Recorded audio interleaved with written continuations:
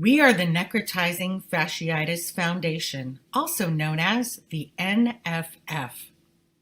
Our mission is to advocate and spread awareness of necrotizing fasciitis, a rapidly spreading bacterial infection that can destroy skin, fat, tissue, and muscle, not to mention lives.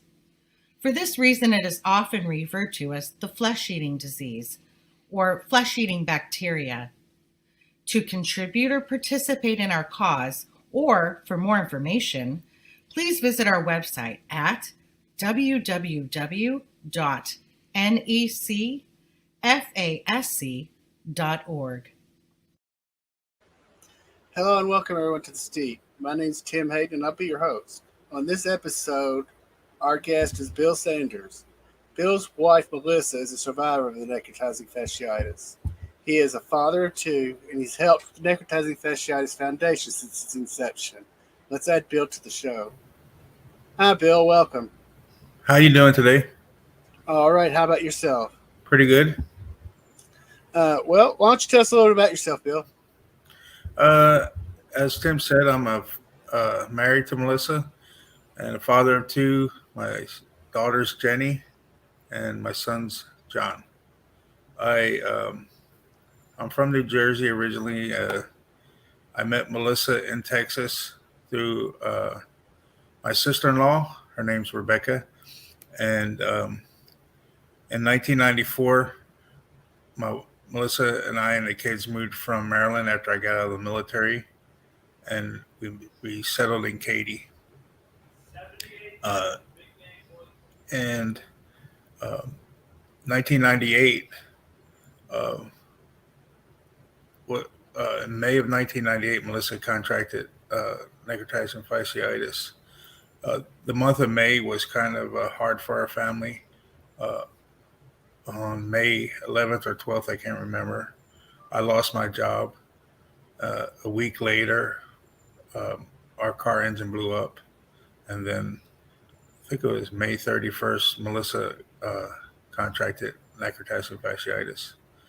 And the way it started was she had been saying she had been tired pretty much for a couple of weeks.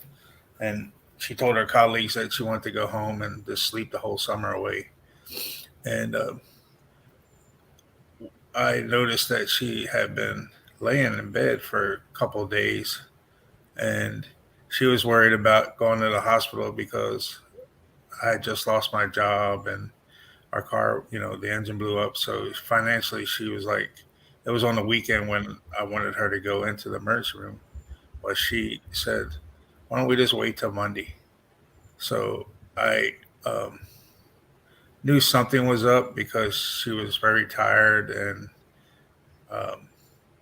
she was sleeping a lot. And so I told her to get up out of bed that we were going to the hospital. And she didn't want to. And I got a neighbor to come over and kind of help get her to go. And so finally it was I think it was during the NBA finals, and I think it was on a Sunday. And so I got her to go to the hospital, and the first hospital that they would take us to was closest to the house. And by the time we got there, she had started getting blood sacks on her leg, and she was very lethargic. And there they said that they had to send us downtown, so they sent us to a hospital called St. Luke's in the Houston Medical Center. And by the time we got down there, there was several of these things on her leg, and the doctor that saw her in emergencies was a retired colonel from the Air Force, and he, back in '98, that wasn't very much knowledge about this disease. So, but he knew that there was something up, and I had gotten sick, like with a virus or something.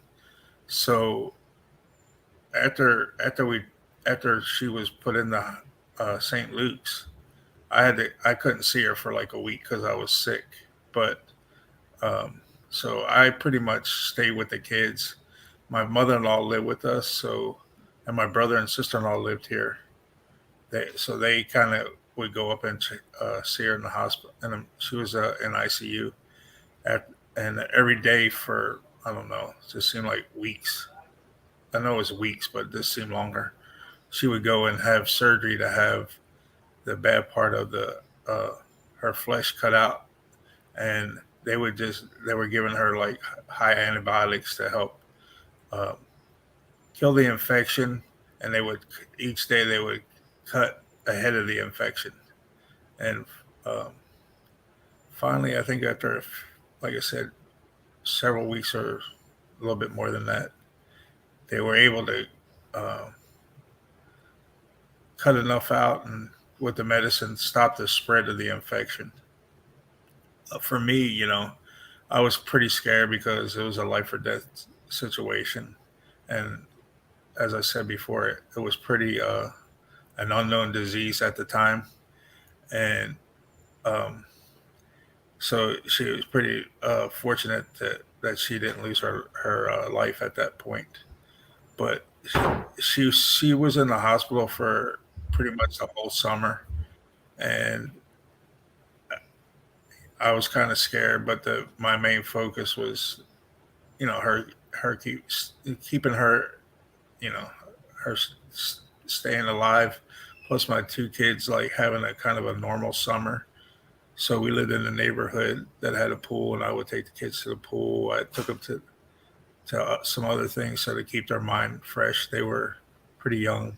My daughter was 6, and my son was no 98. Hold on, my daughter was 11, and my son was 10. My son was 9 or 10, 11 and 10 or 11 and 9. So we would go to the pool and do stuff like that. And then when I got myself well, I would go up to the hospital pretty much every day. And I did, I just remember I was like still scared that she wouldn't survive this. And every day it just seemed to get better. And So, do you remember how the doctor told you when he first figured out what was going on? yeah, he basically said, like I said, he knew what it was. I don't know how he knew. Probably maybe because he was in the military and he saw all kinds of things. But he said she has a bad infection. Like it's called flesh eating bacteria. That's how he referred to it. And that this is what we need to do. And like I said, he said every day she'll have to go into surgery and have any new uh, any new area cut, and will continue to. Uh, then he said that they would kind of like test the flesh, the problem areas, to see what bacteria it was, so that they could give her the right medicine for it. And so then I was okay, like Did you tell did you tell the kids immediately, or did you wait a while to see how things turned out? honestly, I don't know if I when I told them, but I did tell them that their mom was pretty sick and that she may not make it. So we just need to pray for her and all that. And like I said, I tried to make it as a normal summer for them, especially with all that had happened, like me losing my job. Our car was broke, having a bad, going, getting bad, and then my Melissa going into the hospital. So it was kind of I don't know. I think everybody was um, shock, pretty much, and kids they really didn't say much about it, and even as to this day, I don't know if we've really talked about it, like their feelings and stuff. They might just rather not bring it back up since they had to deal with it at such an young Right. age. and it was. I mean, I had some support too. My mother-in-law, Melissa's mother, lived with us at the time, so she could help with the once I got well from being sick. I could she could take care of the kids sometimes, and I could go up to the hospital. I can tell you that. I mean, for me, uh, once once she was out of the woods per se, you, you still had to be have some. You still need someone there to be an advocate, like for whoever is going through it, because a lot of times they don't even know. You know, they're so out of it from the infection gets in their blood, it affects their thinking that you need somebody there there to help them get through the day with like treatment and assistance in the hospital. I mean, we did have for being at the Houston Medical Center, I was pretty surprised that um, being when I don't, her being as sick as she was and having flesh eating bacteria, she was in isolation. And the way isolation worked, it was protecting her from outside people or illness like us. Not that she was in isolation to be people couldn't be go around her. And that came into play one time where I think some of the nurses thought that her isolation meant that they couldn't go in the room. Like no, it was she was being protected from them. You know, that's why they had to wear special. They had to be covered in like all their garb and all that stuff because she she was in the disease you know made her vulnerable to outside infection or disease. So Kind of people, compromised her immune system. yeah, so people that went in there had to be covered up and stuff. And so I was just there. I mean, at that point, it became like support for her to get well enough to come home. And I just remember like one time finding medicine under the bed.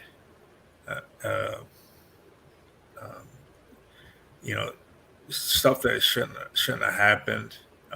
I went up there one time because they weren't doing what they needed to do, and ended up having to speak with a patient like advocate or somebody a hospital administrator about the way she was being treated. Not she wasn't being treated bad, but just things like I said, medicine under the bed, not getting stuff on time, and maybe So it was just the care. Like it wasn't like she was getting physically. It was Well, just sure, you had to become her advocate at that point.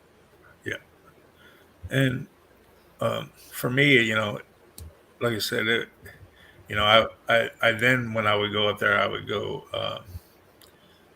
at the time, since it was fairly new disease treatment. The treatment today is probably not what they did back then, but as far as like wound healing, you know, what they did with her was they would put her in a whirlpool every day at some point, not at the beginning, not at the first days or two, but every day she would go in a whirlpool, and I would kind of help clean it and um, heal it faster.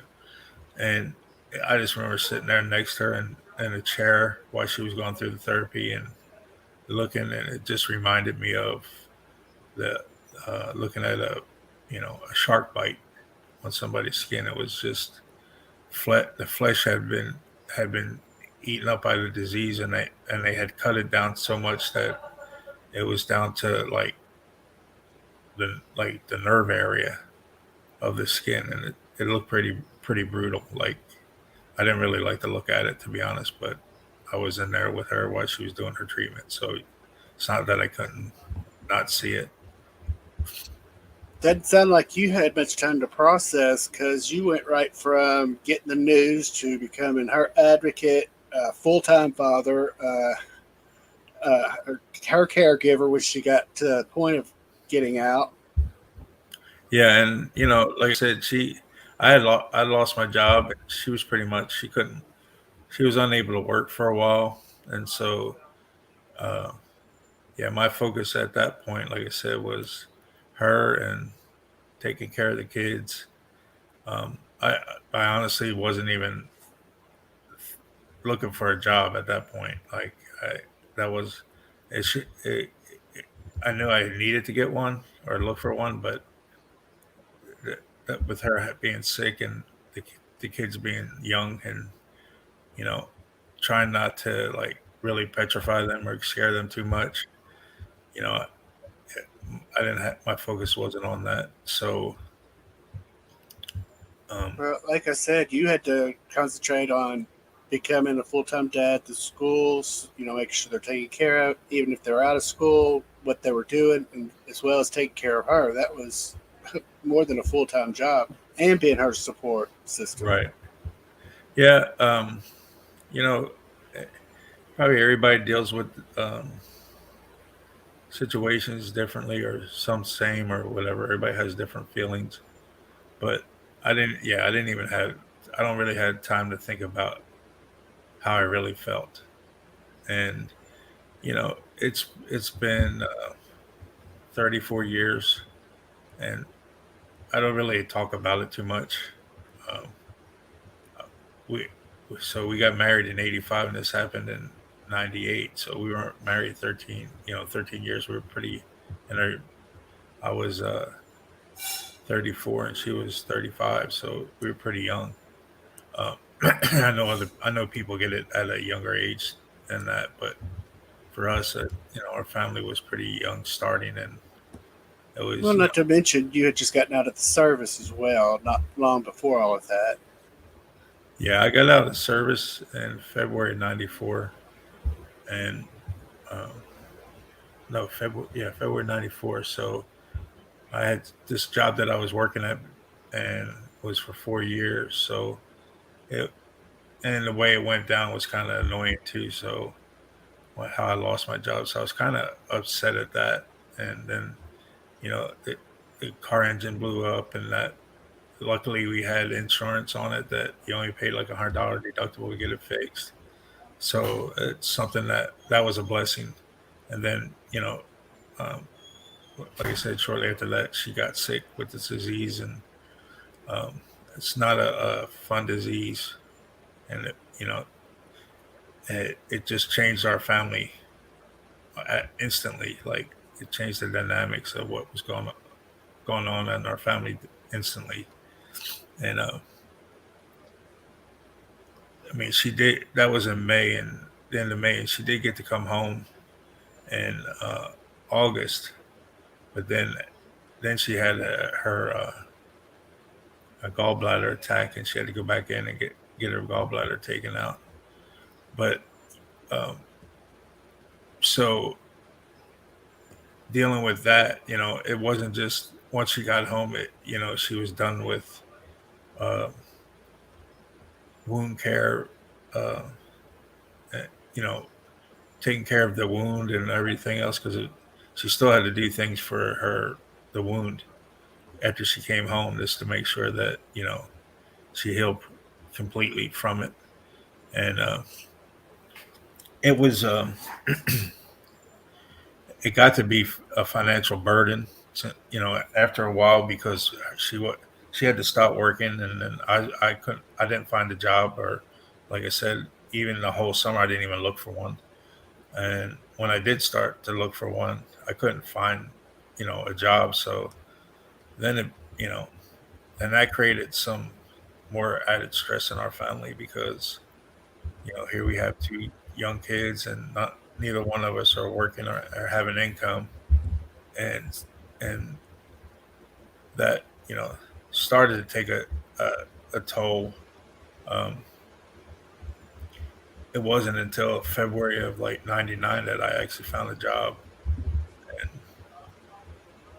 uh, at that point we had to get help from between her coming home and me finding a job, get help from family and friends just to survive and be able to live. Um, and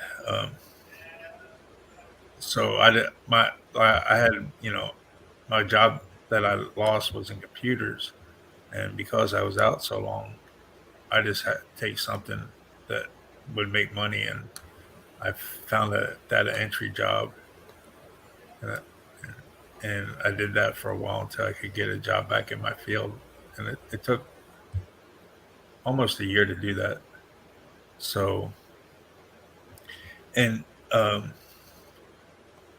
you know, it- the like I said, the wound was like it changed it changed the physically the way her body where they cut all the flesh out, but being with that said, it's not all about the physical appearance. It's about, for me, it was about, she at one point asked me, she was surprised that I didn't leave her because her body was disfigured. And I told her it's not all about that. It's about our love for each other. So I never thought about that. And I know people, make have those choices, and some of them I know have left their significant other when something happens, like a disfiguring illness or a car accident or something that changes a person's physical appearance. There has been people that I know left each other, but I never thought about that.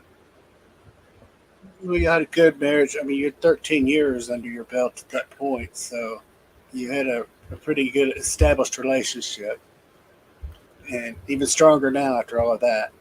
Yeah. And so, it's like I said, she had the gallbladder taken out, and, because it's, I tell her, she's gotten flesh eating bacteria, and now she has a genetic disease, which has affected her health too. And uh, she's not a person that um, lets this stuff bring her down.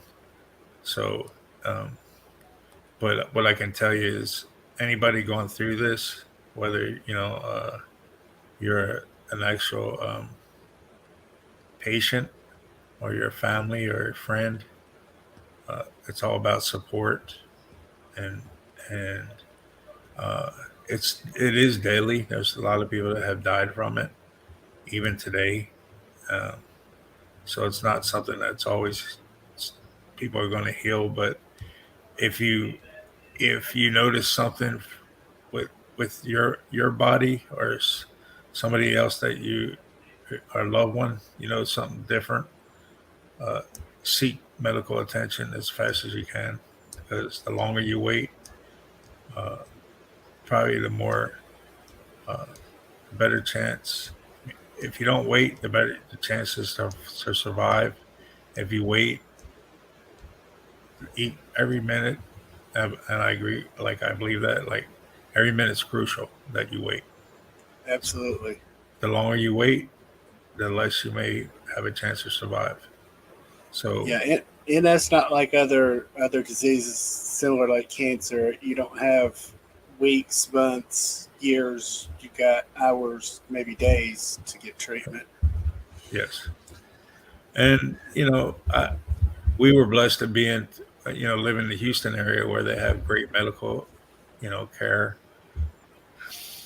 Um, and that's what keeps us like here now is like, I'd like to live in the country, but being close to like good facilities is, the older we've gotten, is like very key. So I'm not saying they can't treat people, you can't be treated in smaller communities. It's just, we're blessed to be here. So the care, back then, I think if a doctor wouldn't have been familiar with it or seen it before, it may change the outcome. Absolutely, absolutely, I agree with that. Well, Bill, I appreciate you being here today with us and sharing all of this about Melissa and yourself and your family and welcoming us in your home. I appreciate the time to talk to you. Well, all right. If you want to hang out for a few minutes in the back there, back room, I'll be back there in just a few moments. I'd like to thank Bill for being here today and sharing his experience from his perspective, what Melissa went through. Please subscribe to our YouTube channel if you haven't already so you can keep up to date on future episodes. Please remember to be kind and smile.